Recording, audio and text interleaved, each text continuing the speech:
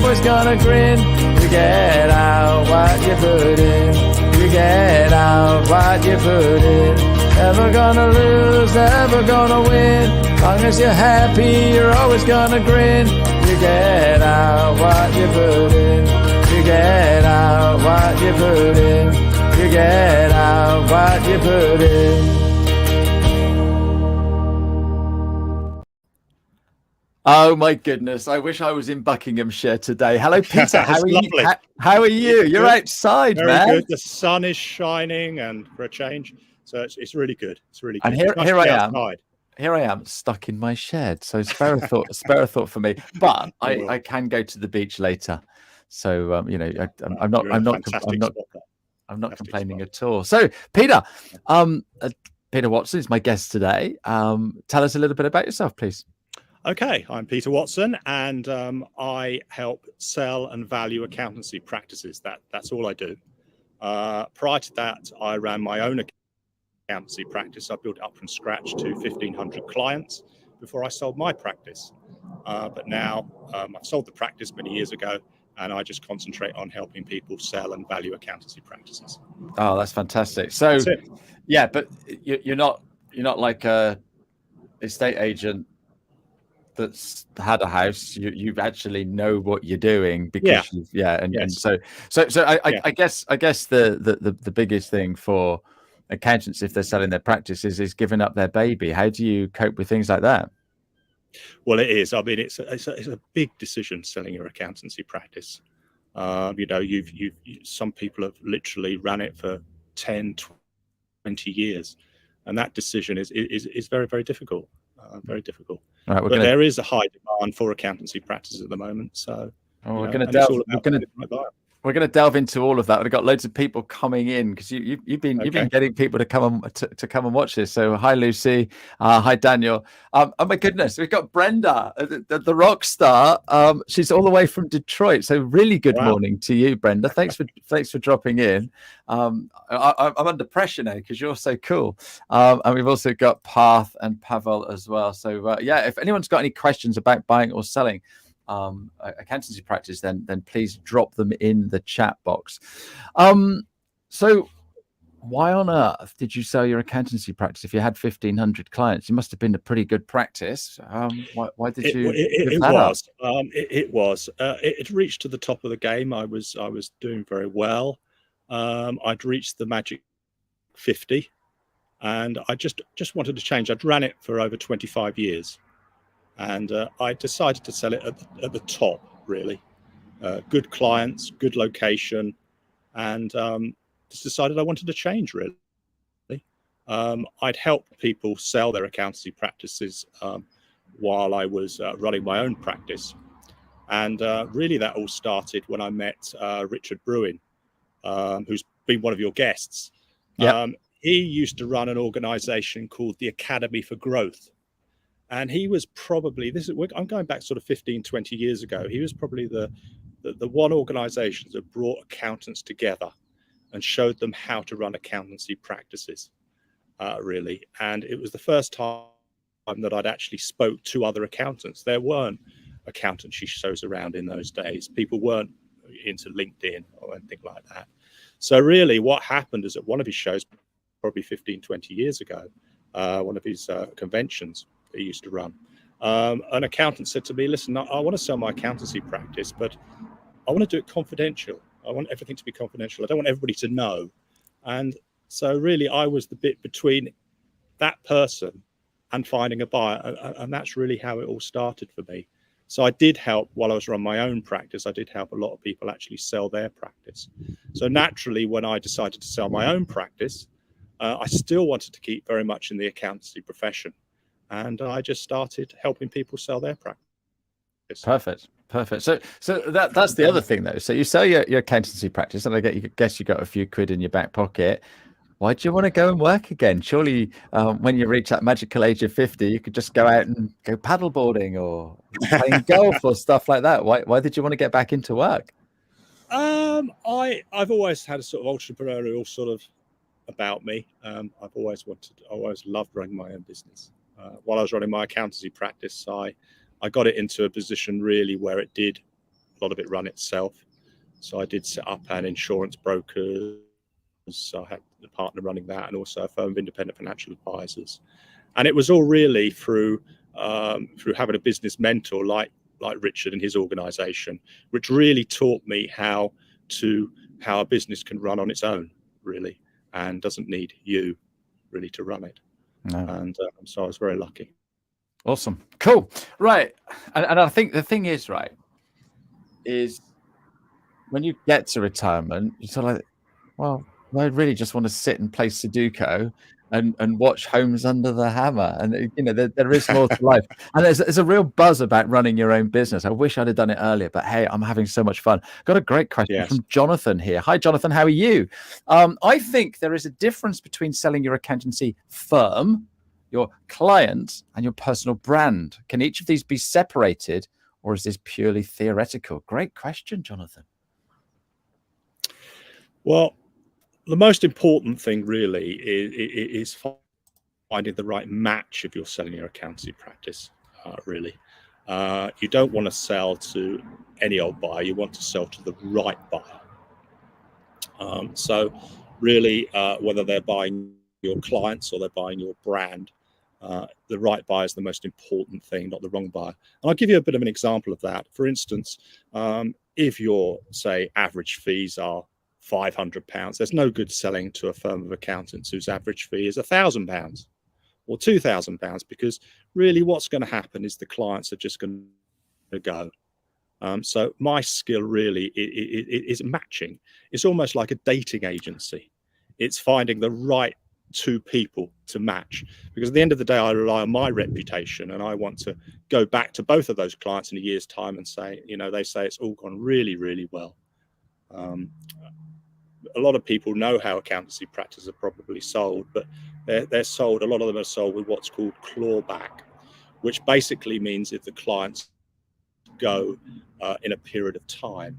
So if you do a deal where you're being paid over, say, 2 or 3 years, it might be that if any clients disappear in the first year, then that comes off any payment that you receive for your business. So that's why it's really, really important to get a good match. Yeah, I was just thinking when you said that, you're like Cilla Black. Is it making sure you're getting the right people together? Yeah, you have to get the right people, both the buyer and the seller. Yeah, okay. You know, they have to be a good match, because otherwise, what will happen is the clients will just walk. Yeah, absolutely. You've got to. It's not just about the money, or that's the main thing. It's about the fees. The fees have got to be the same, and also, you know, how people run their accountancy practice has got to be the same. You know, if one's using Iris and another one's using another package, and you can get 2 people that use an Iris, it works well that there's Iris. But if you're using any other software, it needs to match, and also how the service needs to be the same. Yeah, absolutely. Clients need to feel that they're getting the same service. Yeah, you get a lot of stories of people going, oh, it's just not going to work. So you've like you say, you've got to match it all properly. Great question. Thank you very much, Jonathan. I like that. I got another, I don't know whether this is a question or not, from Daryl. A retiring accountant came to me the other week about buying his practice. First thought was, second thought was, where do I start?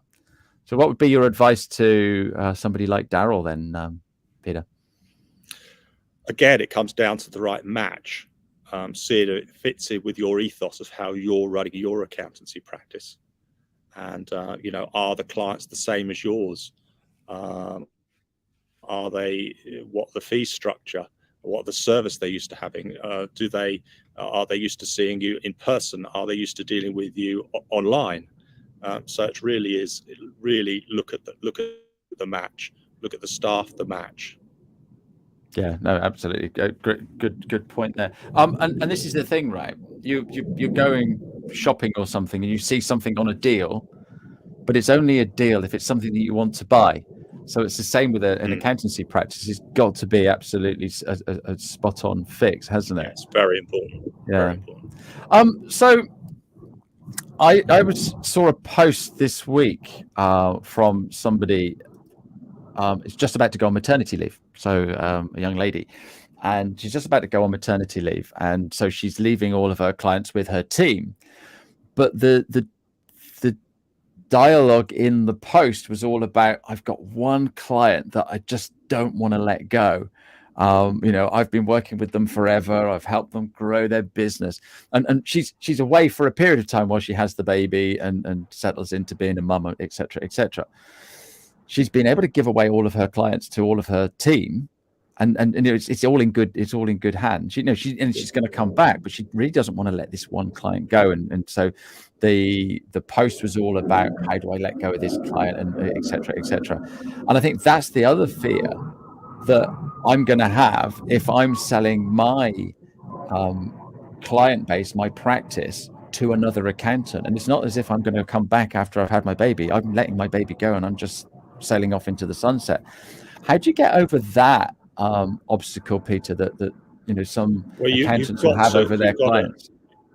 Yeah, I mean, a sign of a good practice is that it runs itself, and you can get your staff to run it, because otherwise you'll never go on holiday. You'll never be able to go away. And I come across some accountants that I visit where I go out and just do a valuation or speak to them, and they're working incredibly long hours because they're almost afraid to give their accountants to their staff to look after. And I must admit, when I first started my accountancy practice over 20 years ago, I had that. I wouldn't let them go. I wanted to be in charge with everything. I wanted to order the stationery and everything. I just didn't want to give that responsibility over, but you have to, because otherwise you're going to be working weekends. You're never going to go on holiday. So you need to give them stuff, and you also need to. I was listening to your podcast with Rachel Harris, and it was really interesting. And she was saying how she incentivizes her staff, how she takes them on holiday to Spain and all sorts. Once you've trained your staff to how you think, you want to keep them. And what I used to do with all my staff is I used to give them bonuses. I used to take them to the local spa every year, take them on a good Christmas do, and there's so much you could do to keep that staff and keep them happy, and they will run your business for you. And as Rachel said in hers, you're better off paying your staff more than treating them well, than having to keep recruiting more staff and pay more recruitment agencies. And that's what Rachel said, and she's absolutely right. Yeah, no, I love that. Michael's got a great point here as well. You need to make yourself redundant prior to the sale or the handover. So, okay, so I'm this accountant. Okay, I'm working in my shed. I'm working all the hours under the sun because I really don't want to pass any of my clients to my team, or maybe don't have a team, or maybe I'm outsourcing, but there's some clients I still need to look after. And I've made a bit of a rod for my own back because my clients can phone me anytime, day or night, and I'm there and I'm responsive for them. I'm now thinking of selling my practice. And is it better for me to come to you a few years before I'm planning to sell my practice so that you can help me get out of that mess? Or is that something you don't do? What's your advice there? Absolutely. I mean, I encourage people to contact me way before they're going to sell their practice. I'll have a free chat with them on Zoom, and I'll give them some pointers to how they can add value to their accountancy practice.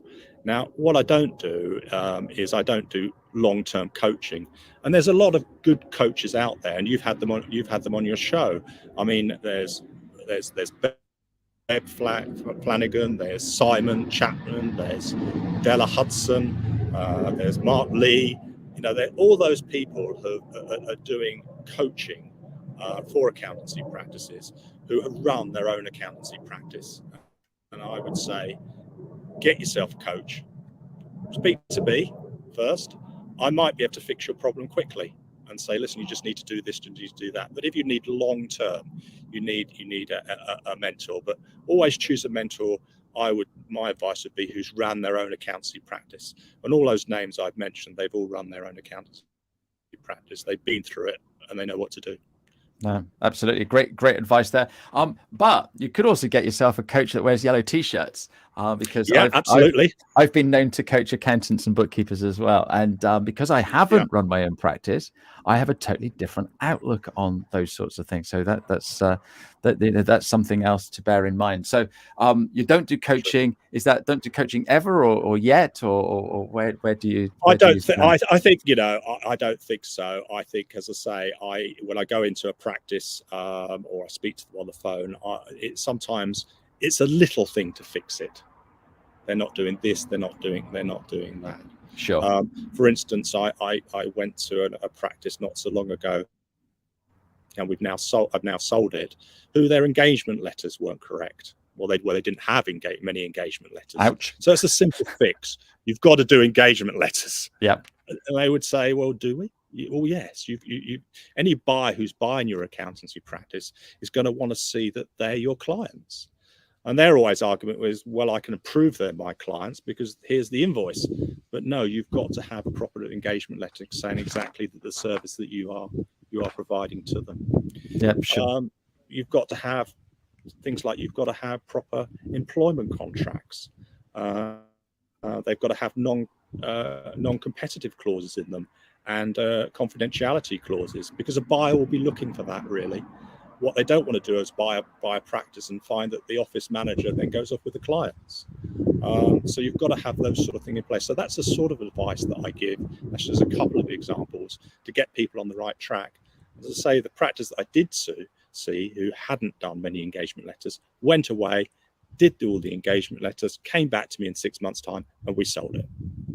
Perfect. Okay, so let's just say, to give an idea of time, let's just say I saw you in January, and forget that we've got tax season, forget about that. But just say I came to see you in January, and my practice is working pretty well. I take a bit of time off because I've got a good team. How soon before I get the cash in my back pocket, Peter, if I saw you in January? Yeah, I mean, first of all, I wouldn't recommend you sell it in January. Yeah, well, February. Yeah. So, yeah, I would say if somebody instructs me to sell their accountancy practice, first I'll have a call with them, and I get them to fill out what's called a practicing questionnaire. And then I'm very, very honest with people that there's some practices which I say, well, you're not going to be able to sell this for this and reason. And I'm not going to take in a practice on, obviously, I'm not going to sell. I'm not going to disappoint people. So usually once they instruct me and it all looks good, usually I take about a month to find the right buyers for their practice. So what I'm doing in that month is I'm looking through my list of buyers. I'm getting the buyers to sign a confidentiality agreement. At that stage, they do not know who they are. I'm then speaking to the buyers and see if they're the right fit for the practice that I'm helping to sell. If it looks like it's the right fit, then I will draw up a list of buyers who the seller may want to see. Then they can choose. Now, some of the list on there, they may not want to see the particular buyer. It might be that they've taken clients from them, or they don't like them for any reason. So what happens then is I just go back to the buyer and say, unfortunately, you haven't been successful on this occasion, but they still do not know who the seller is. So they don't know who the seller is until the seller says, I want to meet them. And then I do all the arranging for them to meet them. And the first meeting really is to just see if there's a meeting of minds, see if there's a good fit, see if they can work, see if it works with the clients. Yeah, no, that's brilliant. So I could talk to you about selling my practice, but then I could turn around and go, and I could be really particular on who is going to buy it. I don't just have to let it go to anybody. Whereas if I, we've just had a wedding, so we're selling a few things that we had for the wedding, like a beer pong table, for example, and that's just gone on Marketplace on Facebook. We don't care who buys that; they're just going to have fun. But what you're doing is you're sort of like, right, okay, this is my baby, and I wanted to go to a great new foster parents or something like that, and who are going to adopt it, and yeah, perfect. Absolutely. And from my point of view, as I said in the beginning, I want to go back and see the buyer and the seller in a year's time, and everything's fantastic. And I've got my reputation, and it's all worked very, very well. So I've got my filtering process, and then it's the seller who's looking at their filtering process to see whether they think there's a good match there.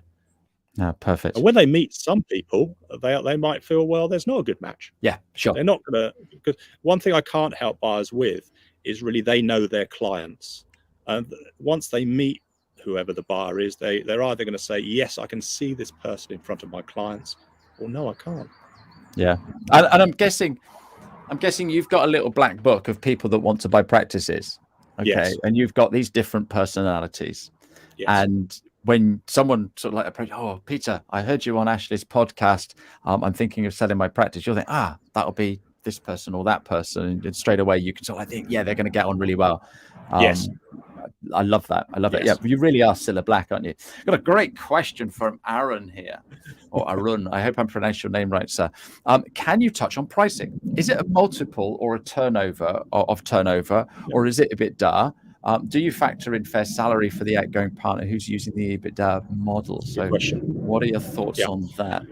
Yeah, accountancy practice has always sold via gross recurring fees, and it's not just how I sell accountancy practice. They've always sold by these gross recurring fees. So practices tend to go from anything from 1 to 1.4 of the gross recurring fees. You can expect the money depending on the size of the practice. If you're selling a practice at, say, 100,000 gross recurring fees, you could probably expect that with 50% on completion and 50% in a year's time. And it might be subject to clawback. If any of the clients have actually gone in that period, then you won't get so much money at the end. But hopefully that won't happen. All the clients will stick, and everything will be going. So it's gross recurring fees. Now, what I always say is that when you're selling your accountancy practice, now regarding working with the new owner, there's some people I act for who they want to sell their accountancy practice and they never want to do accountancy again. They're absolutely fed up to the back teeth of it, and they just never want to do it. They just want to go and live in Spain. Why would that be, Peter? I don't know. Well, there's some people like that. It's very unusual. I can't understand it, but that's life. So, and there's some people who say, well, actually, I wouldn't mind doing a bit of consulting for them. And so that's one of the factors that I bring in to when I look for the right buyer. The buyer has got to be, the seller wants to work for the practice sometime. Practice wants to work with the new buyer for once a week, or maybe a couple of times a week, or it just wants to come in on an ad hoc basis. I always suggest as a minimum that the person wants to stay in to handhold some of the clients. So when you're running an accountancy practice, I know that from my running my own practice, that there's some clients that you don't see. You don't see at all. They bring in their records, and you don't really have much communication with them. And there's some clients where they need their hand holding. You need to be there as a consultant, really, for those clients to put them across to the new buyer so they feel comfortable. Oh, perfect. That's a great answer. And there's a lot of disparity there, Peter. You said what between 1 and 1.4. Yes. As a rule of thumb. So I'm guessing the poorly run guy in the shed who's working too many hours, he's only going to get a 1 as a fee, and then not necessarily. I mean, no? It's it doesn't just because you're working in your shed or whatever, and you're just really it comes down to, as I said, the engagement letters where you how you structured it. Also, people are looking for that the practice is making at least a third profit compared to its gross recurring fees. That's just one of the things. Practices have become more popular with people. They're more popular where people are working actually in their shed, because people don't want offices anymore. Right. Okay. It's changed. We go back 5 or 6 years before the pandemic, people wanted an office. People don't want an office. So the practices that are popular are the ones where they haven't got an office, or I come across a lot who are working from a business center. So you get more buyers wanting that because they've got the option. They can run it from where the seller's working, or they can move it somewhere else. Whereas some of the offices, some people that work in offices who have signed long leases, for instance, full repairing 5-10 year leases, they can be a bit difficult. we sell them in the end, but they can be a bit difficult at the moment. It's just the way it's gone, the way of the world. Yeah, no, very interesting, because if I want to grow my practice, I've got no more room in my office to take on. Sorry, I've pretty much sorted out the local area, but I could take on more people from around the country. Then that's a great way to do it. Got a great question here from Claire. I'm guessing you've missed out the word too, but can a practice become too big to be sold, Peter? No, it can't be. Obviously, you're going to get more people after accountancy practices are smaller, because it just comes down to money at the end of the day. Sure. When an accountancy practice becomes too large, the only problems you have is getting the right buyer. The thing is that once if you're turning over £1 million, for instance, or over £1 million, it's going to be somebody who's got £1 million to pay you. Yeah, sure. So where the problem lies sometimes is that, but then you may not want to sell it to one of the big firms of accountants, because they've got a big management structure which may not suit your clients, or their fee structure might not suit your clients. That can be a problem finding the right buyer. But there's still buyers out there, no whatever size your practice. So certainly if you're selling a practice that's under 500,000, typically I'd probably get 20 or 30 people after that particular practice. Wow. No, that's cool. Great. There's more buyers than there are sellers. Right. Okay. So if you're thinking of selling your practice in the next 2 or 3 years, come and have a chat with Peter, and he'll give you a pointer. Carolyn's got a great question here. Okay. So if the buyer puts the fees up and that is the sole reason the client leaves, how does that impact the potential clawback? So here I am, I've got a lovely fee structure for my clients. I sell my practice. Yeah, so very good question. What happens? What I always suggest is that when you do the sales and purchase agreement, you have in the sales agreement, purchase agreement, that the fees don't change during the clawback period. Right. Okay. That's how you get around that one. I mean, you would, right from the beginning, you would see whether there's a good fee match there, because at the end of the day, I think that clients are very lazy in a way. They won't want to move accountants, because it is a lot of hassle moving accounts. You've got doing engagement letters and money laundering. If the fees remain the same and the service level remains the same, clients are happy. It's where those two change where the clients can go, and that's why it's good to give a good match. But her question is, when you do the sales and purchase agreement, for goodness sake, if anybody sells their practice, make sure that, just to cover yourself, make sure that the fees remain the same during the clawback period, and you're covered. Yeah, perfect. I love that. We've got another question here. Do revenue multiples? Oh, I love this. Neil's based down in the West Country, the glorious West Country, and he's saying, do revenue multiples differ based upon geography? Because obviously down in the West Country, we drive tractors, whereas in London, they've got a little bit more money. So great question, Neil. Thank you. No, I've just sold one actually in Cornwall. I've just sold one down in Penzance recently, and it's not confidential. They've done me a lovely testimonial, a couple down there, and no, I mean it doesn't really change. You naturally get if it's a more remote location, you might get less buyers, but even that's changing now because people are working online. It doesn't matter where you are so much.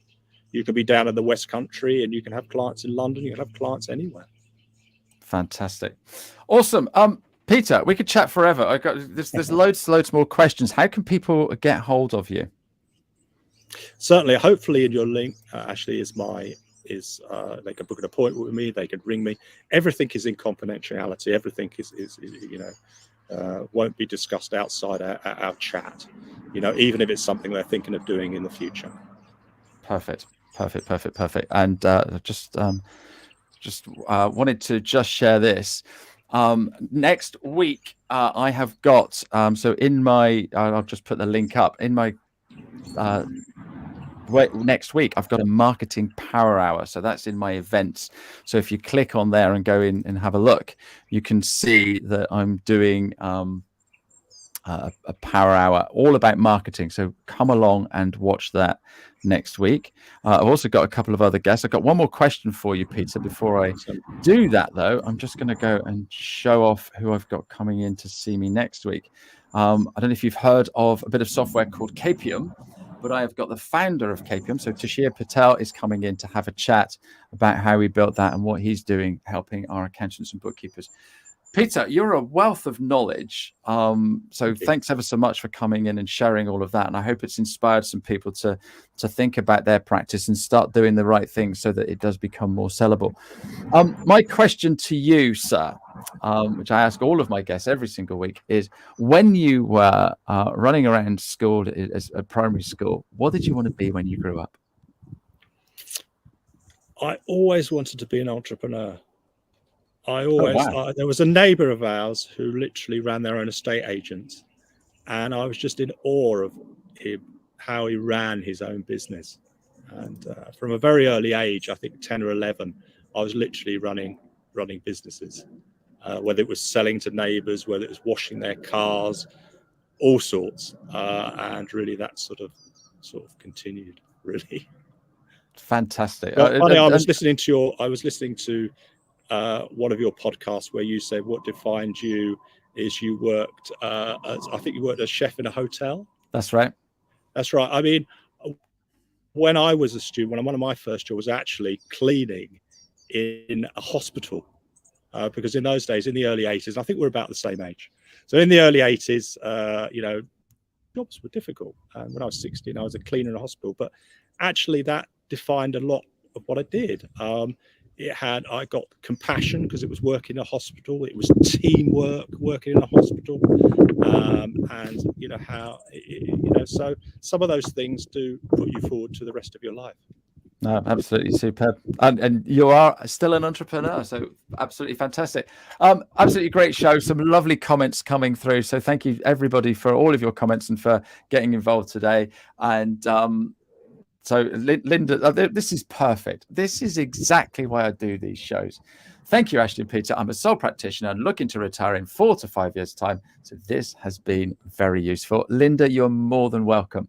And if anybody knows any other people that would make a fantastic guest like Peter has been today, then please get in touch. But Peter, thank you very much indeed. And thank you, everybody else. Well, thank you. Thank you for your help. And thank you for all your support with your LinkedIn. Oh, you're welcome. Been absolutely fantastic. I've done your workshop and absolutely brilliant. Thank you. Superb. Thanks, everybody. Cheerio. Bye-bye. Okay, cheers. Thank you. You get out what you put in. Never gonna lose.